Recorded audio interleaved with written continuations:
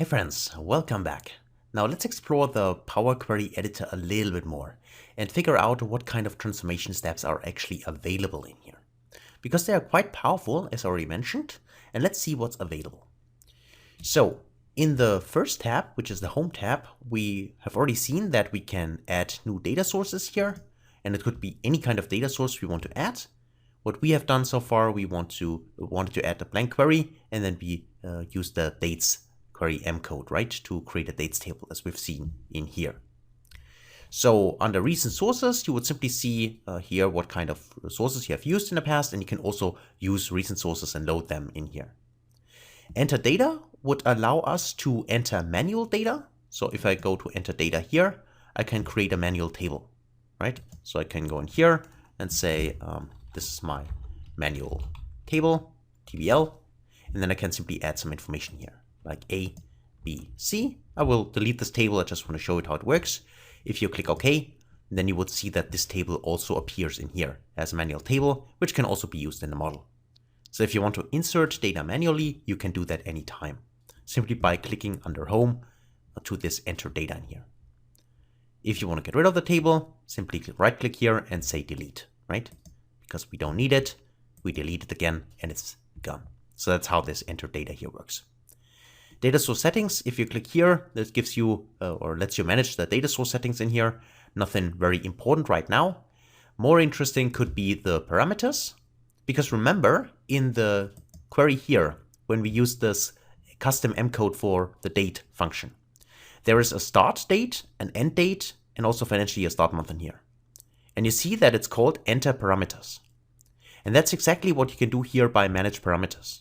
So if you click this option, you can manage parameters which are already inside your query here in the Power Query editor, or you can also create new parameters if you want to create your own custom M code and use parameters for that. For instance, for filtering specific columns or anything like that. This can be done here by simply creating them.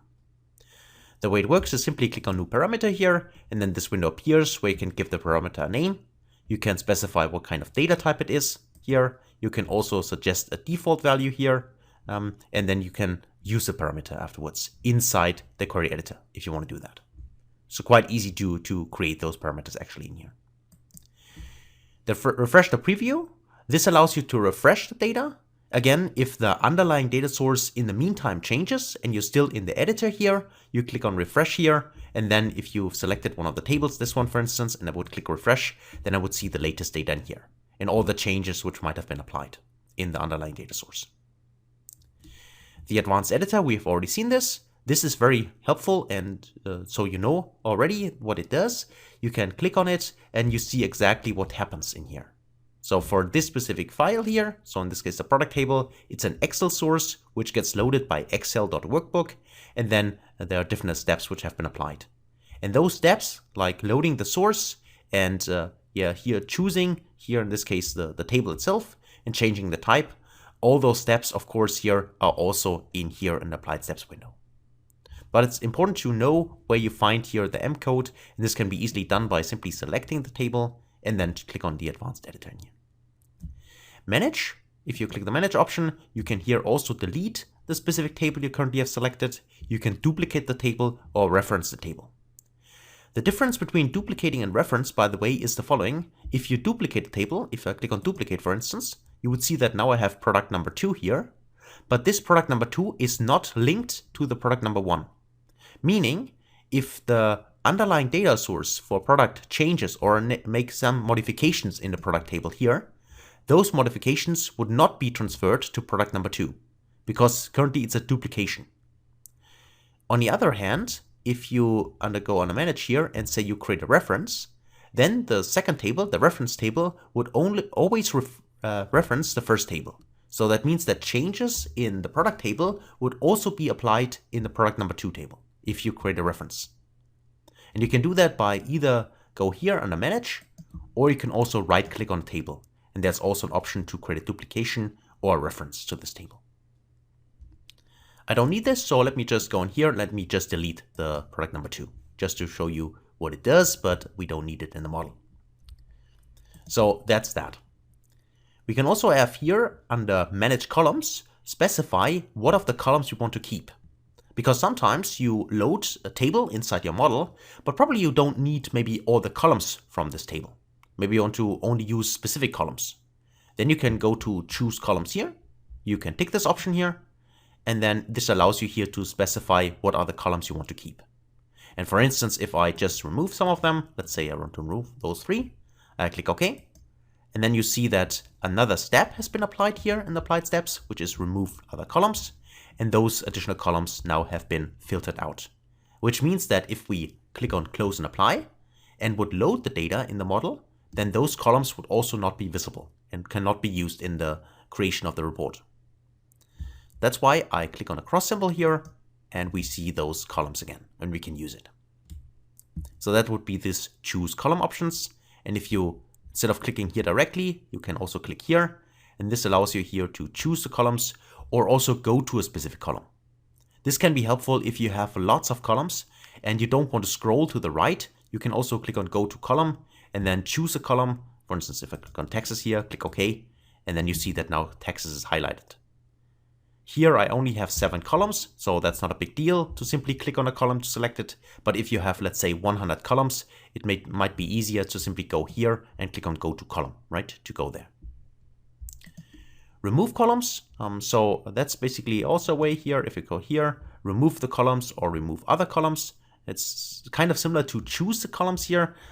If you untick the checkboxes, this simply allows you to remove specific columns if you don't need them in the model. The same is true for reducing the rows. This just means that now you're limiting the amount of rows you use.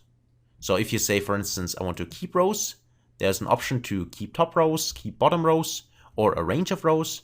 So just to keep it simple, let's say I want to keep the rows, and I say I only want to keep the first, let's say the first 10 rows.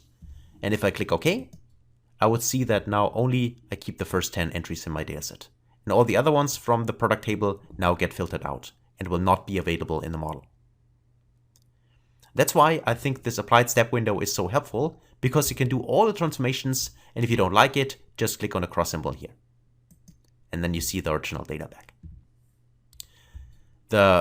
This is the keep rows. Remove rows works the same way, right? You can say I want to remove the first 10 rows because maybe they don't contain any relevant data or data which I don't need. Or you can remove the bottom rows or also alternate rows. So if you take this option here, you can specify the first row to remove and the number of rows and also the steps. The number of rows to keep, which can be specified in here. So quite powerful to really choose specific what exactly do you need. But as I said before, if you are able to only import the data which you need, then you don't need to do these additional transformation steps. That's why I personally would always recommend only import what you need. And then just in case you need to remove additional things from the table, which you can't remove upfront, then you can use those steps in here. But if you don't need to use them, why bother and why invest time in doing this, right? So it's very helpful, but best practice always only import what you need. That's my advice to you. Then sorting here can be done simply by selecting the column you want to sort, and then you can sort from A to Z or from Z to A. So that's up to you. You can split columns in here. So for instance, we have our salespeople here, which is salesperson name, so his surname and name. And if you tick this column here and say you want to split, you can click on the option here, and there are various options to split by delimiter, by number of characters, by positions, lower to uppercase, digit to non-digit, and so on. And if I keep it simple, say delimiter, then I can select what kind of delimiter. I can also add a custom delimiter if the one I'm searching for is not available here by default. In this case, it is for me, it's space. And then I can specify each occurrence of the space or only the leftmost space, the rightmost space. And I can also go to advanced options here if I want. If I take this option just to see that, there's also split into columns or rows. This can be done in here. For me, I just leave it default now. And if I click OK, you would now see that I have here now 2 columns. The first one is here Fred, and the second one is Robertson, right? And the same is true for all the other columns in here. So I split basically by the space as a delimiter in here. That was original data. So if I click on here, that's what it looked like. And then when I split it, then 2 additional steps have been done. The split column by delimiter was the first one. and then also the change type, just to make sure that the columns here have the right data type, which of course can be modified by simply clicking here and then choose a data type in here. So that's how this split column option works. So let me just maybe remove this and remove this here as well. And then let's have a look at, for instance, at our sales data here one more time. And let's take a look at the grouping option here. Grouping option means, or group by here simply means to create aggregations. So meaning, for instance, you could say, I have location ID in my table and I want to figure out how many or how often an ID is actually available in this specific table. Then you can go in here and you can say, I want to group by. And you can specify here the columns. For instance, location ID is the column. If you go to advanced, you can add additional columns if you want to group by several columns. But for the basic one, let's say group by location ID, and I will simply want to count. This is the name of the new column. And let's say count rows, simply to figure out, in this case, how many or how often a location is actually available in the sales table. And if I click OK, then you would see here now a unique list of location IDs. And you can see how often, using the count, this location is actually available in the sales table. So there are 154 entries for the location A142. And you can see that for the other locations here as well. So you can do that simply by using this group option. But be aware that if you want to do this, then of course now you have modified the sales table, right? Which is now not available in your model anymore. So that is why if you want to do any kind of aggregations and you still need the original table, then I would recommend that you right click on the table first and then you create either a duplication or a reference, depending on what you need, and then you can do your aggregations. So that really depends on whether you want to aggregate the data and then only work with the aggregation. Then of course it's totally fine to do the aggregation in the original table. If you want to keep the original table and still want to have additional any kind of aggregation, then I would recommend you click on duplicate or reference in order to have the table a second time, which you can then modify and do kind of aggregations. So let me just remove this because we want to keep our original data, but that's how that works, the grouping option here. Data type, this is the same as clicking on the icon here. So you can either modify the type here, or you can go to data type here and choose what kind of data type it is. It's up to you, what you prefer. The use first row as headers, or if you click on the down arrow here, use headers as first row. This allows you to either use, for instance, the first column as the header column, or the header column and demote it basically, so put it in the first row.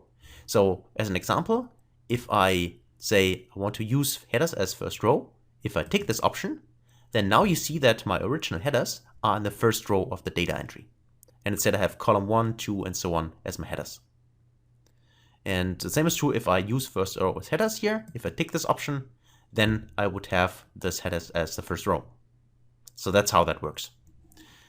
For me now, I don't want this, so I actually remove this one and this one. So I have my, and this one and this one. So I have my original data back. Okay. So, but that's how that use first row as headers works. The replace values can be quite helpful. So let me just show you one example. I go to customer here and for instance, for salespeople here, I get here Fred Robertson or Kevin Butler.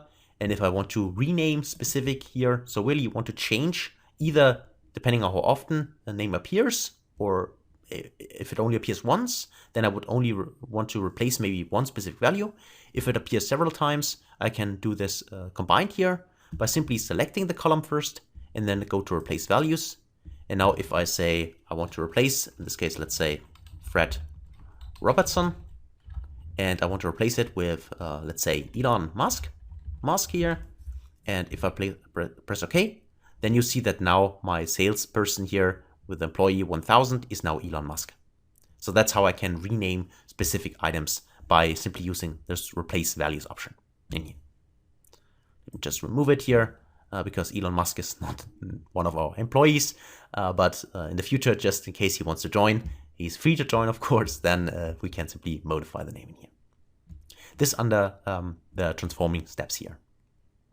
The combining steps, we already have seen this using the append queries when we combine basically our 3 sales tables.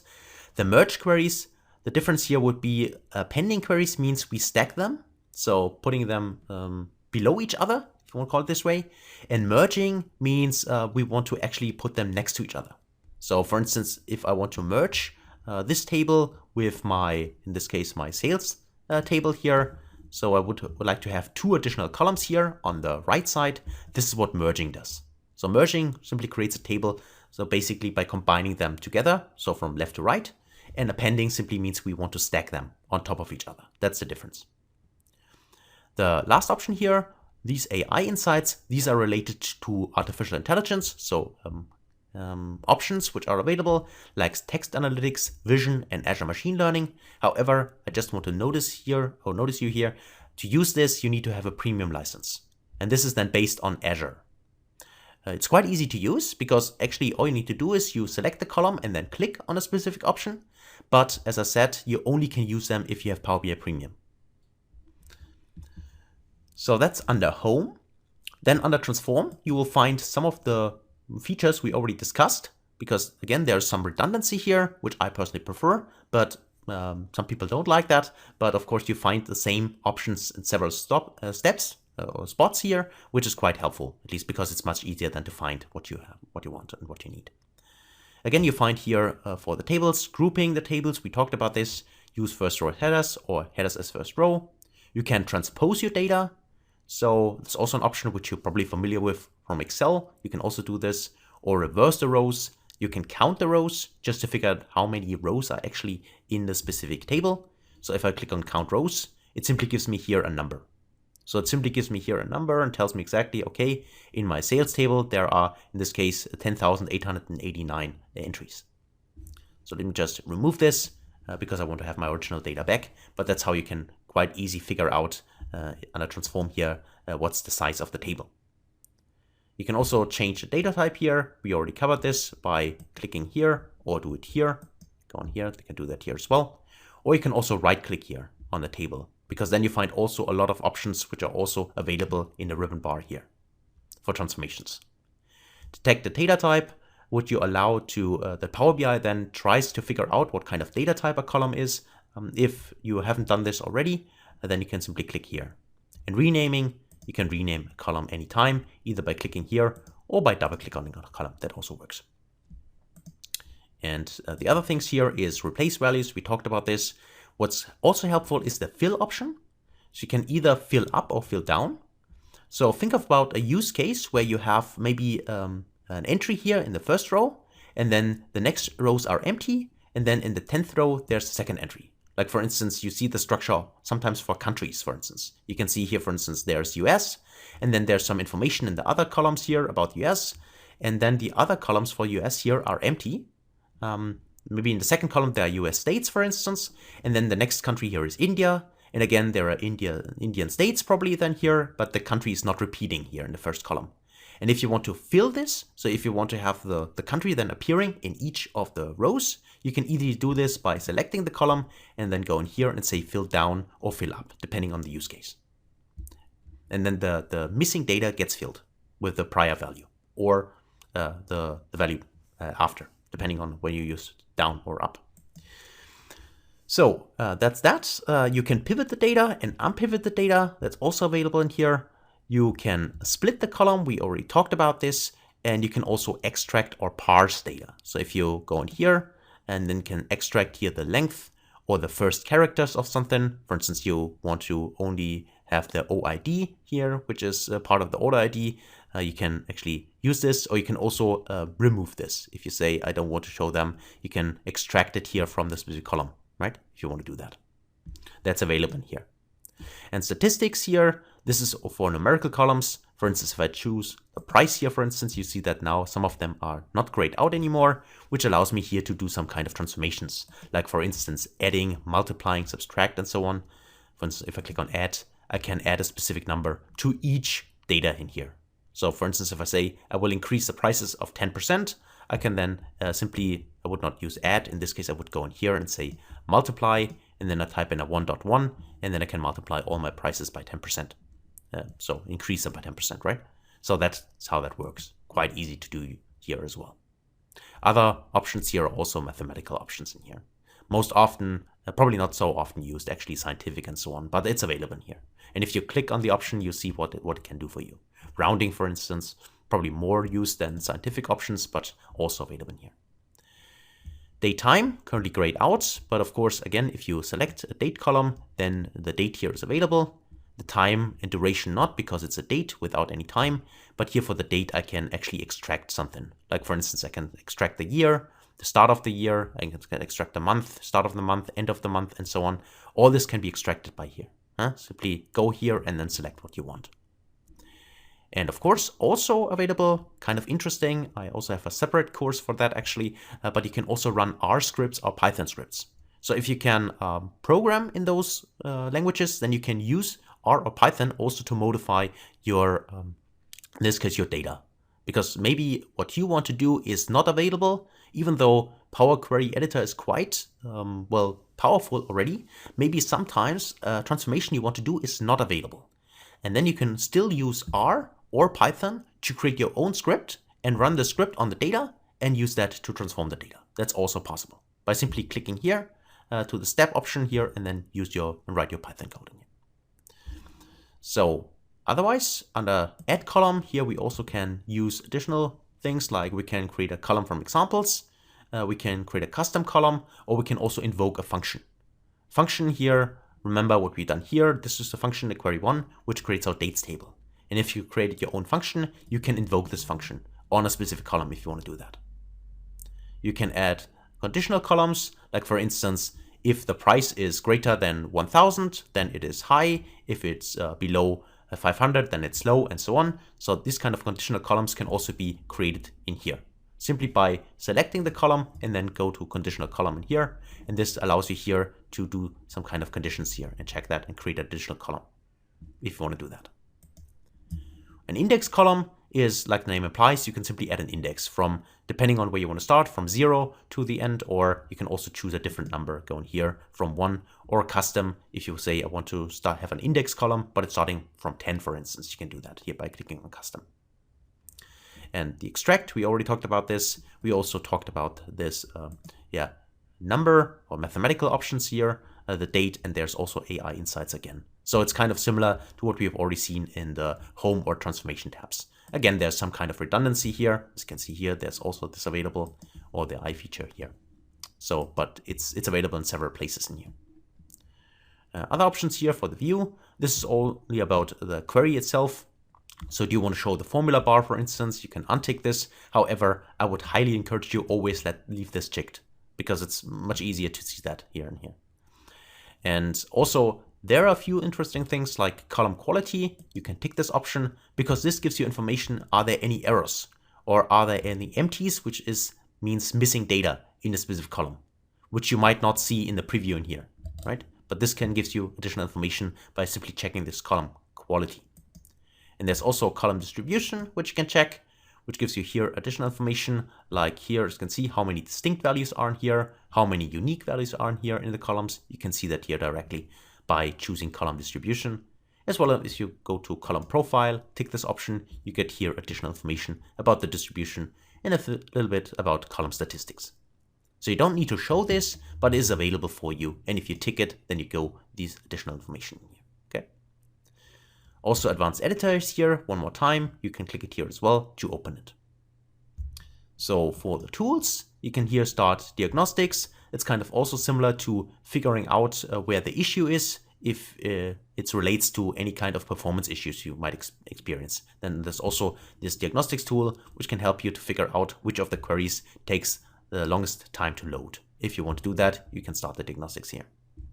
And help, the final one, again, you get additional information about where to find help, links to the Power BI community, guided learning, documentation, and so on. So that's basically it. This is a tour through the Power BI editor.